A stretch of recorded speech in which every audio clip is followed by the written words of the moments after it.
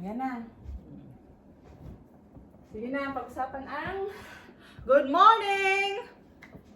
Hello guys, welcome to our podcast. My name is Salamin. at siya naman si D. Disney! At yun naman si As S. Snow. And for today's podcast, tatalakayin natin ang traffic rules dito sa Finland. Or traffic culture, traffic rules, lahat na about traffic. Well, siguro pag umpisa natin kay... Ito, sinasabi namin ulit, based on our experience At lang to. alam na kung anong alam namin, kaya wag kayo. So, siguro una na si Mark kasi siya dito. Kasi nagda-drive siya at nauna siya sa pin. Kaya lang, ano dyan, dalawa. Sige Hindi, na. syempre sasabihin mo rin yung own experience mo kung pangit ba sa'yo ang traffic dito sa Finland or ano. Oo, sabihin mo rin na, halimbawa, sa Ano mga bang experience? bus. Ano bang experience mo dito sa traffic nila? Sa mga Oo, bus, about sa ganun. taxi. Mga ganun. Halimbawa, dito na lang sa taxi, talagang dito, first time ko, nasa Helsinki kami na Ari. So, hindi kami nag-car. Sabi ko kay Ari, kailangan namin ng taxi. So, ayun, sabi ko kay Ari, parahin mo na yung taxi. Sabi ko, Ari, ayun yung taxi, paparahin mo na. Sabi niya, hindi pwede parahin, kailangan i-book pa pala. Ako naman, April kami dumaan, tapos mga May, siyempre nag-ano kami sa Nice Bori, no? Video-video kahit ang video-video. May stairs pala, na ganyan ako. Oh. Punta tayo hospital. Naglakad na kami. Tawagin yung taxi dumaan na parahin ako. Sabi ni Marco, hindi, tatawag tayo, magbubuk. May dumaan na taxi, di mo pinara. Oo. Oh, hindi, kahit parahin mo naman dito, hindi ka nila kukunin. Oo, pero yun nga, kasi syempre, Nasaan na pa ako ba? nasanay tayo sa Pilipinas na paparahin mo lang yung taxi, di ba? So, Nasasakit dito ang pala, paa ko. Nadulas ako eh. kung gusto mo ng taxi, magbo-book ka pa o tatawag ka. Kahit dumaan yung taxi, di pwede parahin. Oo. Para na siyang Grab ngayon, di ba? Kung Oo. baga. Dati. Ano ba nung una ako dito? Ano ba? Bus. Nahihirapan talaga ako kasi nga, syempre, hindi naman ako ma-schedule lagi. Pero, naging ano ako siguro, responsable. Dahil nga dito ang bus. Doon sa tinitirahan ko noon, every Every 1 hour. isang bus lang sa isang oras ang pupunta ng city. So, kailangan mo talaga on time. Oo, Kasi nga hindi ka pwede dito yung paswertehan na may masasakyan ka pa, wala. Oo. Isang bus lang talaga. Tsaka siya, depende sa oras, mayroong isang oras, maghihintay, di ba? Every 1 hour. At saka dito sa Finland, pag for example sa I think lang hindi ko alam, pero I think inaalam din nilang schedule ng school eh. Oo. Kasi nga, ang mga estudyante, pupunta ng city. Oo. At ito pa, susyunga-syunga ako before, nung Aminado. syempre, di ba matkahuwal to? Eh, ngayon ba? Oh, ganun pa rin. Wow!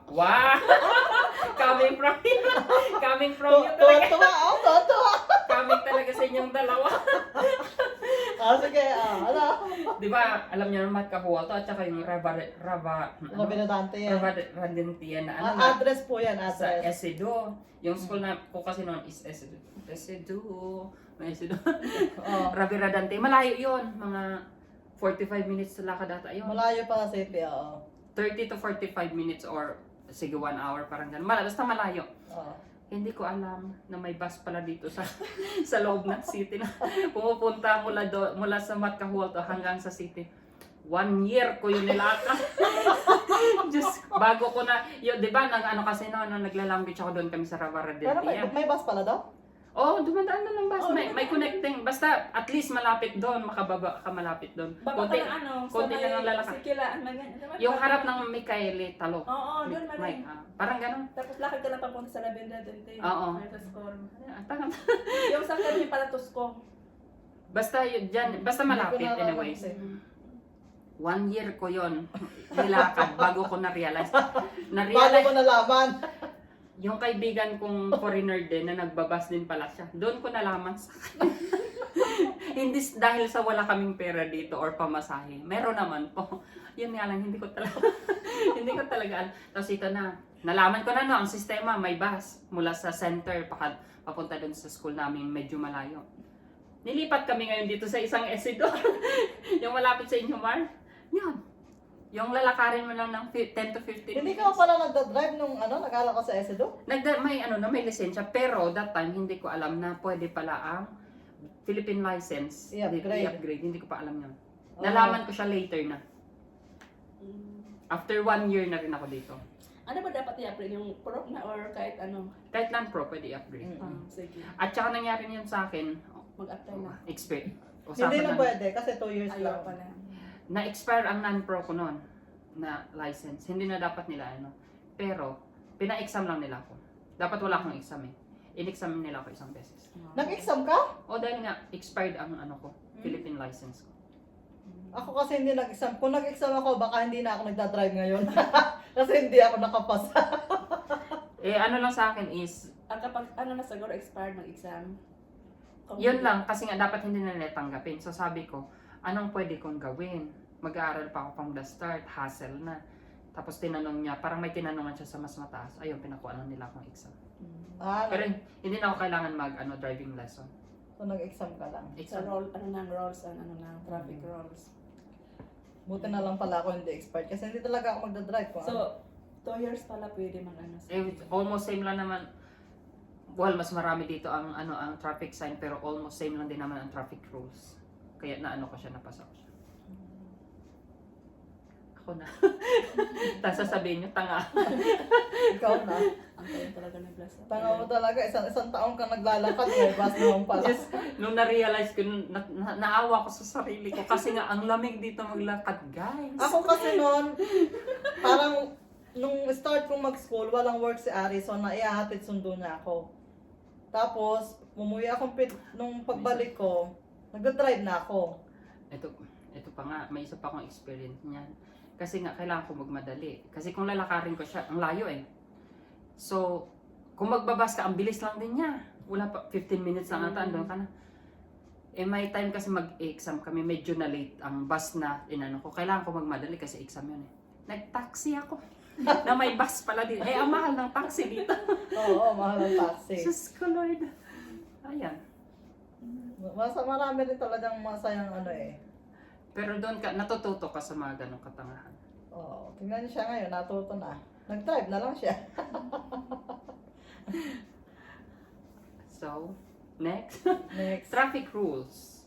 Ang kinagandahan dito sa Finland is, I think mas safer siya dito sa Finland kasi nga, left and right, may nandiyan ang yung Camera. hindi, isa na yon, yung sign. Kaya malalaman mo talaga kung anong gagawin mo, like kung ang speed limit, Hindi. At saka mas safe talaga dito may kasi right of way ka. talagang dumadaan sa driving school yung mga yung mga nagda-drive dito. Hindi kaya ang Pinas ko, Hindi ng kaya- lisensya. Oo, Kung hindi anong driver license, mga pwede na. picture o tuturuan ka lang ng Pero actually pwede na. narinig ko ngayon, wala na daw fixer masyado sa Pilipinas. Oo, pero may mga Ngayon. nagtuturo pa rin na di ba? Oo. Palakasan kasi sa Pilipinas. Ano Pero yan, kahit fact. sa Pinas, kukuha ka na Ano ng naman? driver license kahit hindi ka naman nag-aral, pwede naman eh. Oo, Mm. basta Dito maipasa. kasi, hindi ka pwede makakuha ng driver license kung hindi ka talaga mag-aaral. Pero dito sa Finland na, since nakalipat na ako ng ilang beses, well, 3 lugar ang mayroon din ditong driving culture. Like for example sa Lahti, kung nasaan ako ngayon,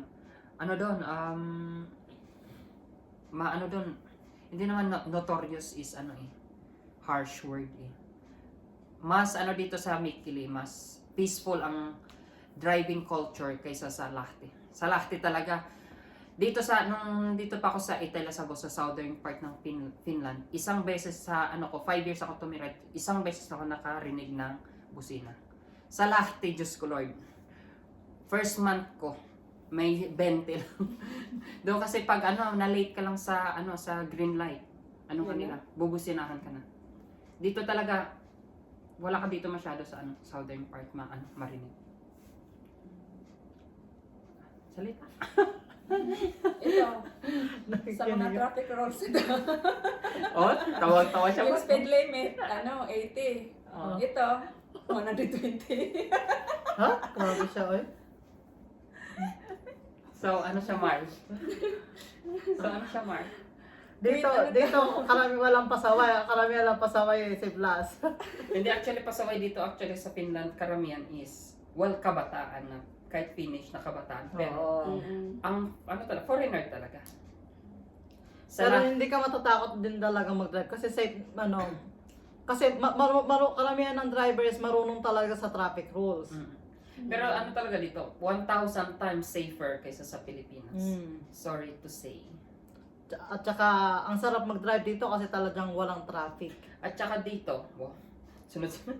Yung safe din kasi dito kasi marami kang maririnig sa Pilipinas na disgrasya, ganito, ganyan, nawala ng preno. Dito kasi yearly, ano yan, Sine-check. check yan, ano yan, must yan, it's a must. Pag di pumasa, hindi ka pwedeng mag-drive. Hindi mo na siya pwedeng i-drive.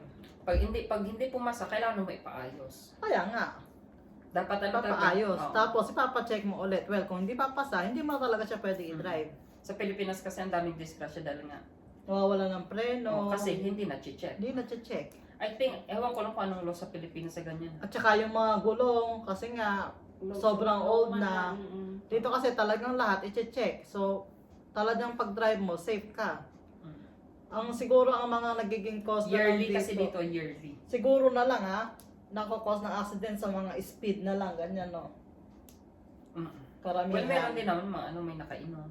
Pero karamihan, oh. Oo, yun nga. Pero hindi yung sa car problem na halimbawa nawala ng preno, madalang siguro yung ganyan. Sa ano talaga, may ano talaga dito, may mga pasaway din naman talaga dito. Oo, yung sa mga pasaway na lang siguro, o yung talagang aksidente.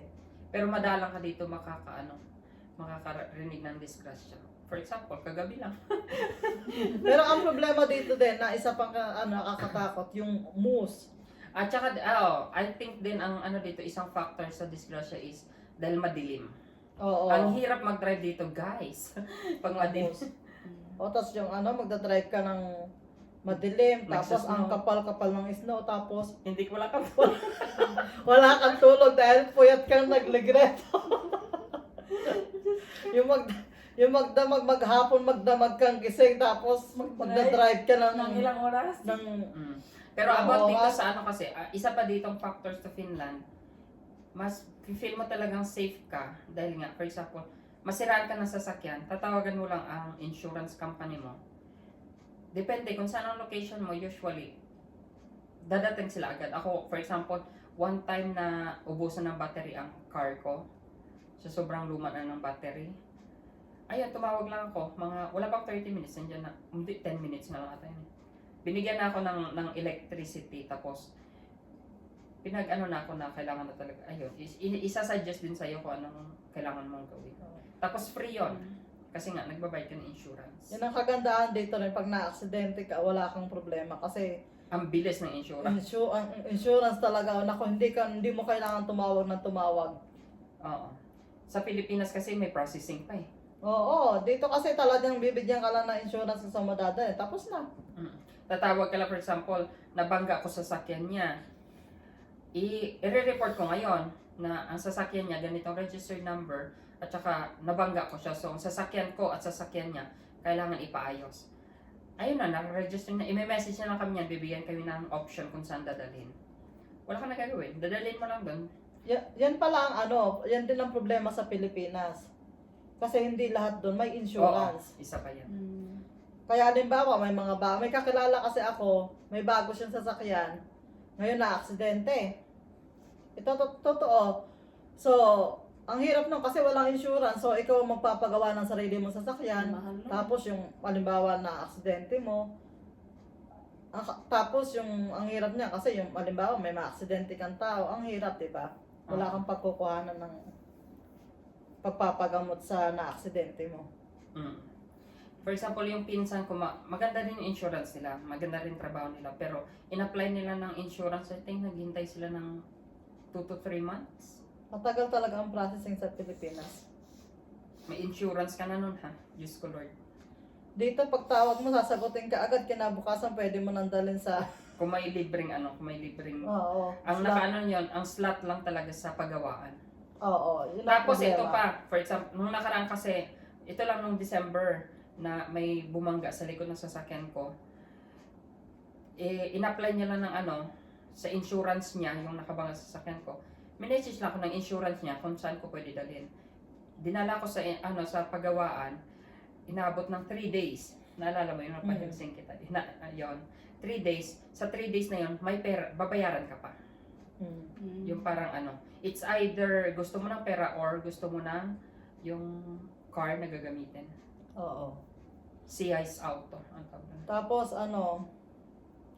nung nangyari sa sasakyan ko noong December, na-stuck sa snow. December ka rin pa. Ayun, pinalapalan nila. Walang insurance yun kasi pinalapalan. Pero yun nga, kidding aside. Wow. Ay, ganun ba? Mag-ala pa tayong goodbye. Sige. So, yun lang yung mga... Ay, ito pa ang maganda. Ano, Meron pa akong pala. idadagdag. Yung sa mga truck. Di ba ang Ay, wala. speed limit nila is may minimum lang talaga. Sa Pilipinas kasi grabe magpatakbo ang malalaking Ay, oo. sasakyan. Dito kasi naka-speed. Stricto. Oo. 90 lang ang maximum na... 100 naman ah. Hindi. Nakikita ko sa likod 100. Merong 100 na ang sasakyan. Pero siyempre, overspeed na yon.